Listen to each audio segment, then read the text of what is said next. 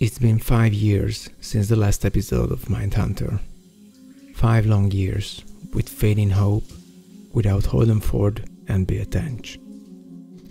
But now it's time to do something to ease the void left by the 3rd season. That never happened.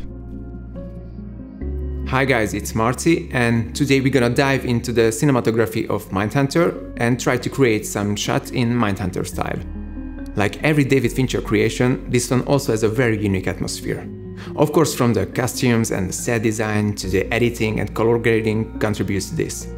But what really caught my attention was the lighting. It felt so real. Faces in the shadows, raccoon eyes from top lights, bounce light from tables coming from below, or broad-sided key lights. The light always came from a source that made sense for the location. It wasn't forced to light and expose the faces perfectly, so to say.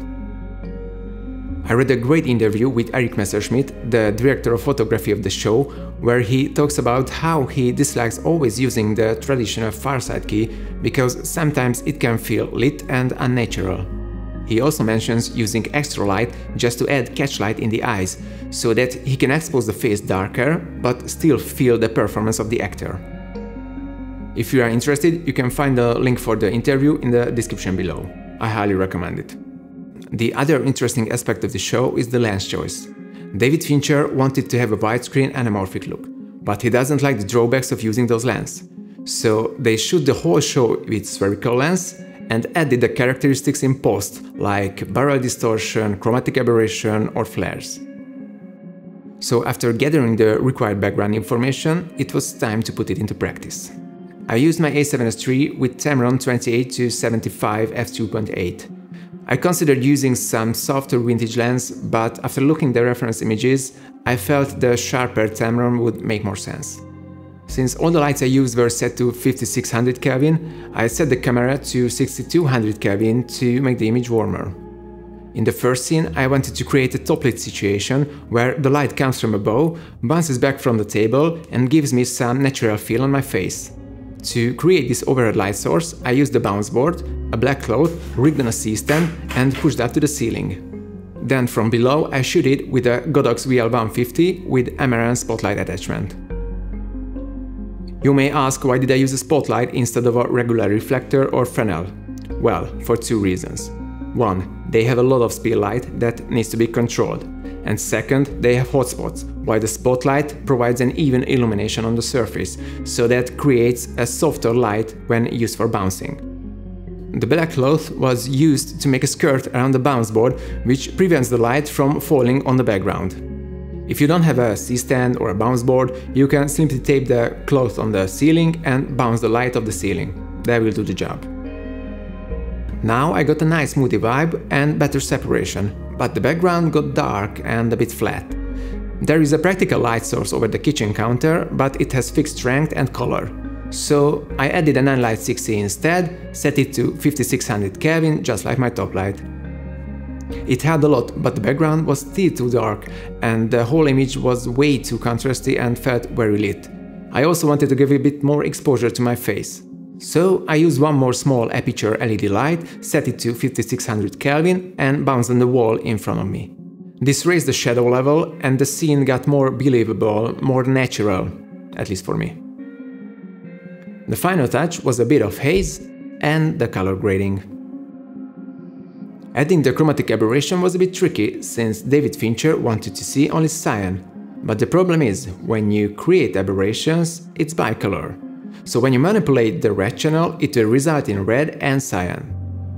To overcome this challenge, I had to use 5 nodes and 2 layer mixer nodes just to create that tiny cyan aberration. It's not perfect, but it works.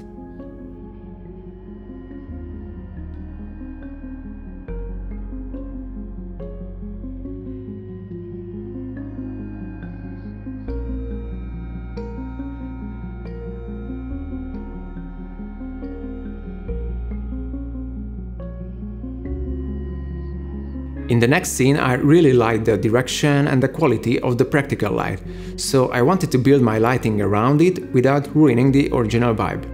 But first, I had to put a lot of effort into the set design.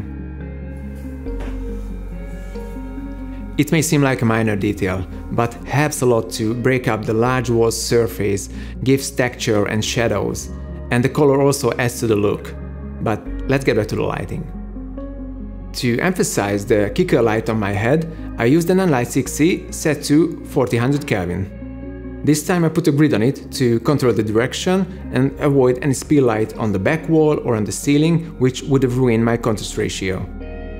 Now I had to raise the shadow level just like before, but there were some things to consider. I wanted to control the light. I wanted the light to wrap around my face, but without feeling lit. I wanted to use a soft light source to not introduce more harsh shadows. And I wanted to position the light in a way that it can give catch light in my eyes. So the Aperture 300D joined the party with a 90cm softbox combined with a grid. To match the color temperature, I hanged quarter CTO in front of the light. This time the camera was set to 4600 Kelvin and the lights were around 4000 Kelvin. I also added +1 green to get closer to the final look. The last thing that bothered me was the bounce light coming from the wall in front of me, so I used a flag to block it. It helped to maintain shadow level on the right side of my face.